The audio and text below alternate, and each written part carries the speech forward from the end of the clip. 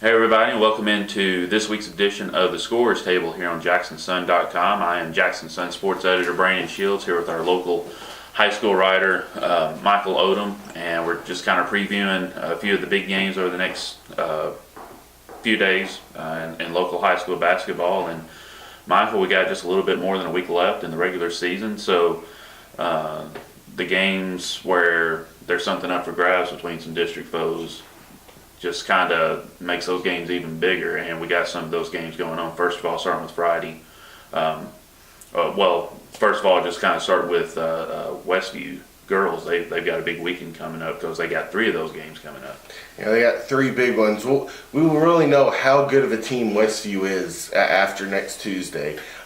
They've got Dyersburg coming to town Friday. We'll have Amber Reaches and Latoya Bellamy's jersey both being retired that night. 2 big scores in West Tennessee history. Then Saturday they go to Gibson County, and then Tuesday they go to Odom County. So these are 3 games against quality opponents, and after those 3 you'll really know, is this a Westview team that can go back to state, or is this a Westview team that's going to be doing good to make it to the region semifinals? Now, only 2 of those games are district games with Gibson County dropping down to Class A this year, but how I guess how big is this rivalry still, even though the district's still not on the line? I mean, I know you were at the game the first time they played each other. Just kind of what was that atmosphere like? No, it was still a packed crowd because both the boys and the girls games were competitive. I expect the same at Gibson County. There's a lot of excitement right now around Gibson County basketball and how good their girls are doing. Only 2 losses to a Union City. So I expect a good Gibson County crowd to show up, and with a good Westview team coming in, it'll be a good game for fans to watch. All right, and then Friday night there's one really big game that has district implications. I know Lexington's loss to Fayetteville earlier this week kind of took the luster off this game, but it's still going to be a big game when Southside comes up and plays the Big Red Tigers Friday night. Southside, suffering their 2nd loss of the season Saturday, had to find a way to respond. Tuesday, they hadn't beat Bolivar since 2007. At Bolivar. They haven't beaten Bolivar at Bolivar since 2007. They finally got over that hump on Tuesday. Now Friday, they win here at Lexington. They're the number 1 seed going into the district tournament, and that means a lot in the fact of you get a bye in the opening round. You get that time to rest, and you're going in as the favorite, which is what Southside should be. Now, Lexington, are they tied with Fayetteville for 2nd at this point? They're tied with Fayetteville they're a game ahead of Fayetteville at the moment going into this game because Lexington has 2 losses, Fayetteville and Southside, to where Fayetteville's got 3, Lexington, and then Southside twice. Right, okay. All right, and then Tuesday night, there's a lot of games throughout the region that have pretty big implications within each district. We'll just kind of go through, I think there's about 5 or 6 of these. We'll just kind of bang through them really quick. First of all, starting in 15A boys, Middleton goes to Adamsville. Both of those have 1 loss. They're tied for the top seed in the district. This should decide who's number 1, who's number 2. Adamsville took a loss early in the season to Madison, but beat Middleton at Middleton. Now the game's at Adamsville. Adamsville's got to be the favorite, but Middleton's still a strong team. USJ right now, they only have 2 district losses, or 3 district losses in Division 2A West. 2 of them to St. George's, and they have Tipton Rosemark coming in this week. Is that their 3rd loss? That's their 3rd loss. They lost at Tipton Rosemark, a very tough loss. But Tipton Rosemark now comes to town, and this is one that USJ is going to be fired up to win. They were expecting to be fighting for the district title, and here they are. They took a loss on the road to Tipton Rosemark. Not an easy place to play.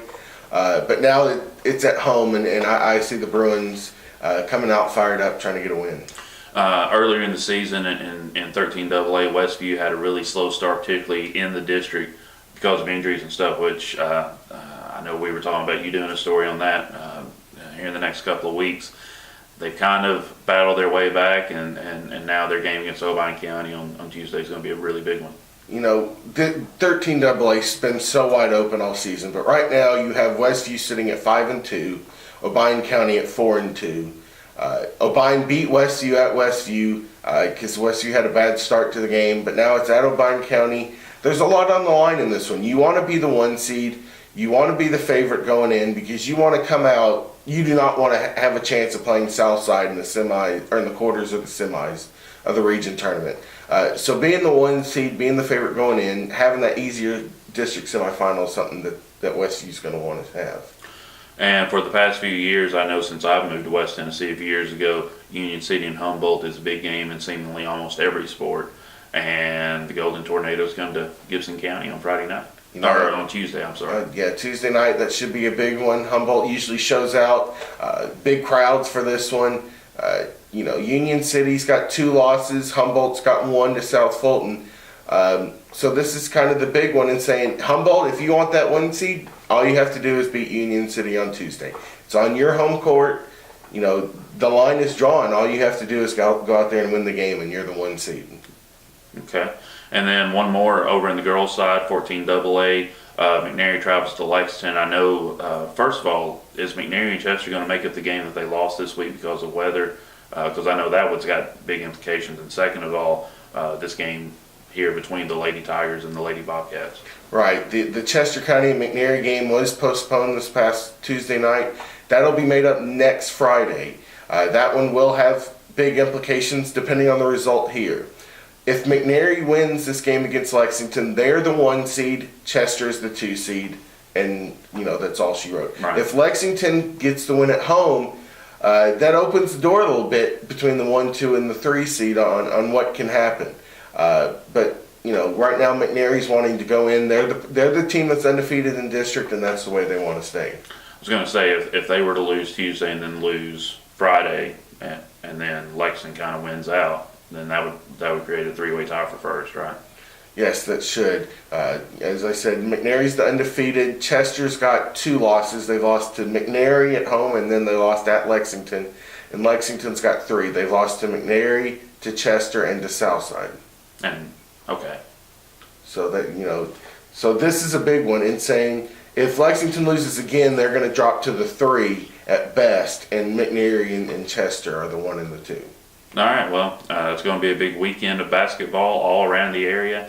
If you're close to one and there's a game that's going to be close to your house, I suggest you brave the cold and get out and support these kids and watch some good basketball. And also keep up. What game are you going to be at Friday night? Friday night I will be at the Southside Lexington game. If Southside tries to earn that number 1 seed. And so you can follow him on Twitter for not only constant updates from the game that he's covering up there at Lexington, but also Michael's really good about retweeting scores that he gets from all around the area and keeping everybody up to date. You're kind of more like the score alert on ESPN on college football Saturdays or whatever. But be sure to follow him for that, and be sure to log on to jacksonsun.com for constant constant sports reporting around West Tennessee, particularly in high school sports, and like us on Facebook. The page is called Jackson Sun Sports. You can like us there, and for Michael's blogs about the top athletes, top games to see. Every now and then I'll post a column up there, and one of our photographers, Kenneth Cummings, will periodically put photos up and actually ask you to caption them when they just begging for a caption. So thanks for watching and logging on, and thanks for reading the Jackson Sun and trusting us as your number 1 source for local sports coverage in West Tennessee.